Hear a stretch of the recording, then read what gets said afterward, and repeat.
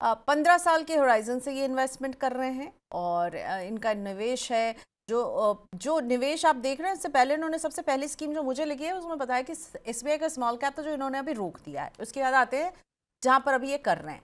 Canara Robeco के small cap में 4,000 कर रहे हैं और इसमें वो स्टेप अप करेंगे 500 रुपए से। क्वांट के स्मॉल कैप में इन्होंने वन टाइम 75,000 रुपीज जो है वो डाल दिया है। एसबीआई का मैग्नम मिड कैप फंड 1,000 की सिप। पराग पारवी का फ्लेक्सी कैप 2,000 की सिप यहाँ पर बताया कि ये होम लोन की ये ईएमआई 21,000 पे करते हैं और साथ ही में कार लोन है इनके पास 5 लाख का जिसकी ईएमआई कुछ 7,894 रुपए है। पीपीएफ में जो है ये हर महीने 1,000 रुपए डाल रहे हैं। एक और लमसम निवेश इनका एसबीआई के पीएसयू फंड में है भी है जहां 35,000 इन्होंने डाला है और क्वांट के लार्ज एंड मिड कैप में भी 75,000 रुपए इन्होंने वन टाइम डाले हैं। तो 3 जगह वन टाइम इन्वेस्टमेंट जो है वो दिख रहा है करण जी का। एक ये SBI PSU, quant large and mid cap और एक है ये क्वांट का स्मॉल कैप। ओके, तो और यहाँ पे सिप भी कर रहे हैं स्मॉल कैप में। तो ठीक है सर, कैसा लग रहा है आपको करण जी का पोर्टफोलियो? देखिए प्रियंका, देख के लग रहा है कि काफी सारा कंसंट्रेशन थोड़ा स्मॉल कैप की तरफ आ गया और वहीं पे ही हमें लगता है वो कंसंट्रेशन रिस्क आ जाता है। इन दैट केस इनको, और अगर स्मॉल कैप में करना ही था तो एसबीआई का स्मॉल कैप अच्छा परफॉर्म किया। अगर आप ओवरऑल इसका लंबे ड्यूरेशन में देखें तो मुझे लगता है एसबीआई स्मॉल कैप इनको स्टार्ट कर देना चाहिए, क्वांट स्मॉल कैप बंद करके उसको रिप्लेस कर दें। और रिप्लेसमेंट में हमेशा मैं ये सबको ये बोलता ही हूँ बार बार कि आपको इमीडिएटली बेचने की जरूरत नहीं है, निवेश में बने रहें और एग्जिट लोड प्लस आप थोड़ा टाइम देके जब अप्रोप्रिएट टाइम हो तभी आप एग्जिट करें। कैनरा रोबेको स्मॉल कैप को भी आप बंद करें, उसकी जगह पे आप कोटक मल्टी कैप लीजिए। देखिए मल्टी कैप में आपको स्मॉल कैप का एक्सपोजर 25% तो मिलेगा ही मिलेगा। अगर फंड मैनेजर को लगता है कि स्मॉल कैप में ज़्यादा अच्छी अपॉर्चुनिटी है तो वो उसको वहां से ऊपर 50% तक भी लेके जा सकते हैं। तो इसलिए आप मल्टी कैप फंड में आप जाएं और उसके थ्रू आप स्मॉल कैप का एक्सपोजर लीजिए। और इसके अलावा बाकी आपके जो फंड्स हैं आप उसमें कंटिन्यू कर सकते हैं। मैं अगर एजम्पशन लेता हूँ 12% की जो इक्विटी म्यूचुअल फंड्स की और 7.5% अगर पीपीएफ की लेता हूँ तो इन गिवन कंडीशन जो अभी ये निवेश कर रहे हैं, जो जिन्होंने जितना जमा कर लिया है उसमें लगभग इनका 55 लाख के आसपास का कॉर्पस क्रिएट हो सकता है। ओके, 55 लाख के आसपास का कॉर्पस आपके लिए क्रिएट होता हुआ हम देख पा रहे हैं अभी। अब हम बलवंत जी से बात करने वाले हैं जो हमारे साथ फोन लाइन पर जुड़ चुके हैं। सेंट्रल गवर्नमेंट के एम्प्लॉय हैं, अपना पोर्टफोलियो इन्होंने शेयर किया था। नमस्ते बलवंत जी, स्वागत है आपका। किस शहर से जुड़े हैं? नमस्ते बलवंत जी, मेरी आवाज आ रही है आपको? प्रियंका बोल रही हूँ मनी 9 से। यस मैम, लाइन पे हूँ मैम। कहाँ से जुड़े हुए हैं आप बलवंत जी? किस शहर से जुड़े हुए हैं? मैम मैं देहरादून से हूँ मैम। देहरादून से? ओके, तो आप हमारा शो देहरादून से देखते हैं। छुट्टियों पर गए यस या मैम। देहरादून में ही रहते हैं? नहीं मैम, मैं अरुणाचल में छुट्टी रहता हूँ मैम, बट अभी छुट्टी आ रखा हूँ मैम। ओके, तो आपका पोर्टफोलियो देख रही थी, आपने क्या किया है? एक ही कंपनी उठाई है और उसी के अलग अलग कैटेगरीज में फिर निवेश कर रहे हैं, यही है ना? जैसे कि निपॉन है तो निपॉन के फ्लेक्सी कैप में 1,000 है, निपॉन के मिड कैप में आप 6,000 डाल रहे हैं, इनोवेशन निपॉन के फंड में जो है 1,000, निपॉन लार्ज कैप में 3,500, मल्टी कैप में 4,000, स्मॉल कैप में 4,500। निपॉन के बाद इन्होंने आपने फिर सेकंड में लिखा है बंधन, जिसमें आप बंधन के स्मॉल कैप, बंधन इनोवेशन फंड, बंधन लार्ज एंड मिड कैप, बंधन वैल्यू फंड, और तीसरी कंपनी आपने चुनी है कोटक और उसके भी स्मॉल कैप। सभी के स्मॉल कैप में आप कर रहे हैं, large and mid cap, technology, mid cap, सब में कुल 50,000 रुपए की आप सिप कर रहे हैं। तो क्या सोच रही है बलवंत जी, किस लिए ये निवेश कर रहे हैं, जरा बताइए ताकि विकास से आपकी मदद कर सके इस पोर्टफोलियो में। मैम मेरा गोल है मैम 10 इयर्स में 10 साल में 2 करोड़ पर आपको पहुंचना है। घर बनाना है नया, उसके लिए। ओके, घर बनाने के टारगेट से आप कर रहे हैं। अभी आप ऑलमोस्ट 1.5 लाख जो है वो जुटा चुके हैं, लेकिन 10 साल में 2 करोड़ का टारगेट है, प्लस इन्वेस्टमेंट का जो तरीका। 1.5 लाख नहीं है मैम, 15 लाख है मैम। ओके फाइन, 15 लाख आप जमा कर चुके हैं। ओके, तो कितना पुराना निवेश है आपका? और मैम कब इन्वेस्टमेंट शुरू किया आपने बलवंत जी? कितना पुराना इन्वेस्टमेंट है? 2021 में किया मैम, स्टार्ट ओके किया था मैम। ठीक है, तो आपने जो कहा घर बनाने का लक्ष्य है बेसिकली ना, 10 साल के बाद आप अपना घर बनाना चाहते हैं, उसके लिए पैसा जोड़ रहे हैं।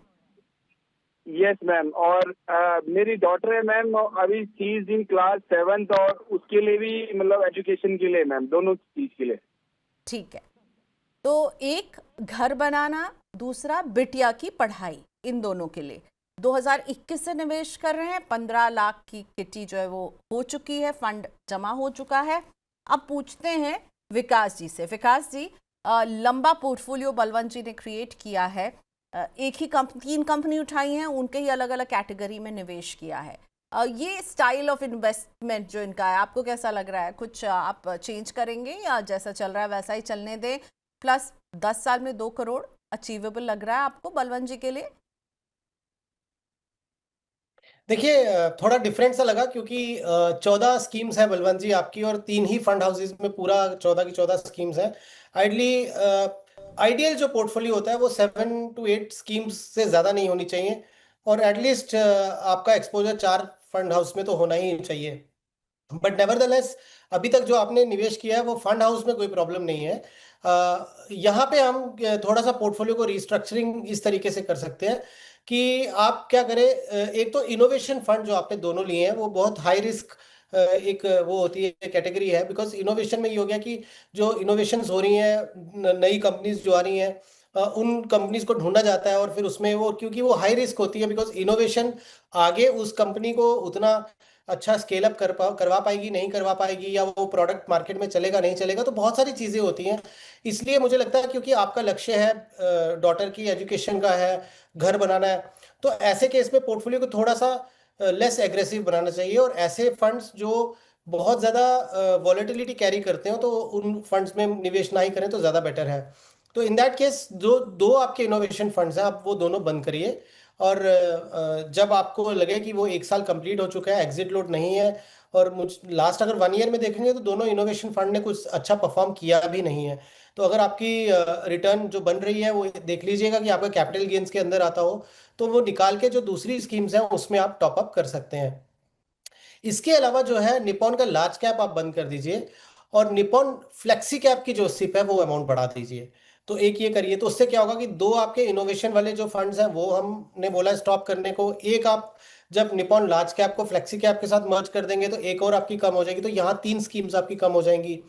अगेन कोटक स्मॉल कैप जो है उसकी सिप आप बंद करें, और कोटक मिड कैप की बढ़ा दीजिए। अगर आपको एग्रेसिव बेट लेना भी है तो क्योंकि बहुत ज़्यादा स्मॉल कैप हो रहे हैं आपके पोर्टफोलियो में, तो आप थोड़ा मिड कैप की तरफ शिफ्ट हो जाए, वो थोड़ा ज़्यादा बेहतर रहेगा as compare to pure pure small cap, और जब पोर्टफोलियो में बहुत सारे स्मॉल कैप्स आ जाए तो एक और फंड आपका कम हो जाएगा। तो इस तरीके से आप जैसे 4 फंड अब आपके कम हो गए। तो यहाँ यहाँ से आप शुरुआत करें क्योंकि ऐसा नहीं होता कि हम पोर्टफोलियो में एकदम से काट पीट कर दें और 14 से हम सीधे 7 फंड पे लेके आए। सो बीच में कुछ, जैसे आपने एक टेक्नोलॉजी फंड लिया है, अब आप देखिए जिस तरीके से अब टेक्नोलॉजी फंड ने पिछले 1-2 साल में कोई बहुत अच्छा नहीं किया, हालांकि लास्ट अगर आप देखें तो 3-4 महीने से एक पुल बैक आया है।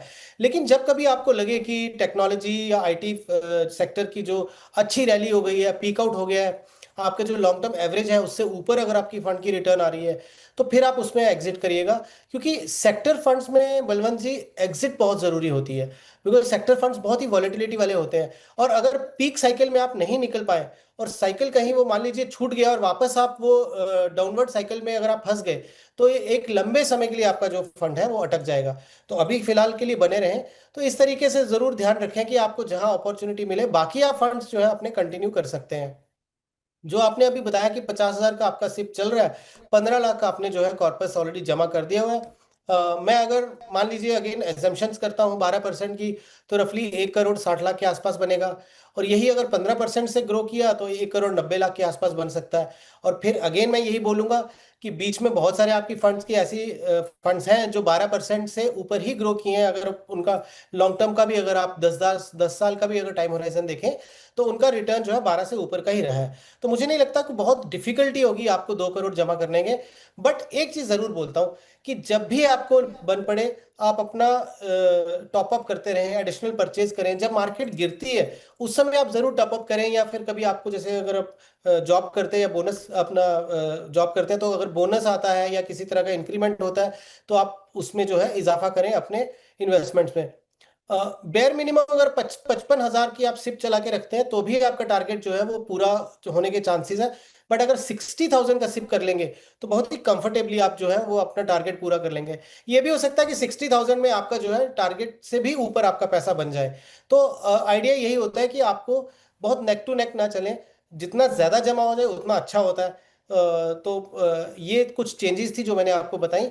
और अगर आप अपना सिप अमाउंट बढ़ाइए या फिर आप बीच बीच में टॉप अप करते रहेंगे तो 2 करोड़ का टारगेट जो है आप इजीली पूरा कर सकते हैं। बिल्कुल ऐसा नहीं लग रहा बलवंत जी कि आप पहुंच नहीं पाएंगे, 2 करोड़ पर पहुंच जाएंगे। आई एम श्योर 50,000 कर रहे हैं, उसमें 5,000 और इंक्रीज करना है या 10,000 इंक्रीज कर लें या बीच बीच में टॉपअप का सहारा लें तो आप वहां तक तो पहुंच जाएंगे। लेकिन हाँ, बहुत 14 स्कीम्स जो हैं वो थोड़े से ज़्यादा हैं, जिसमें आपको स्टॉप कर देना चाहिए इनोवेशन फंड्स को। दो कंपनियों के इनोवेशन फंड हैं।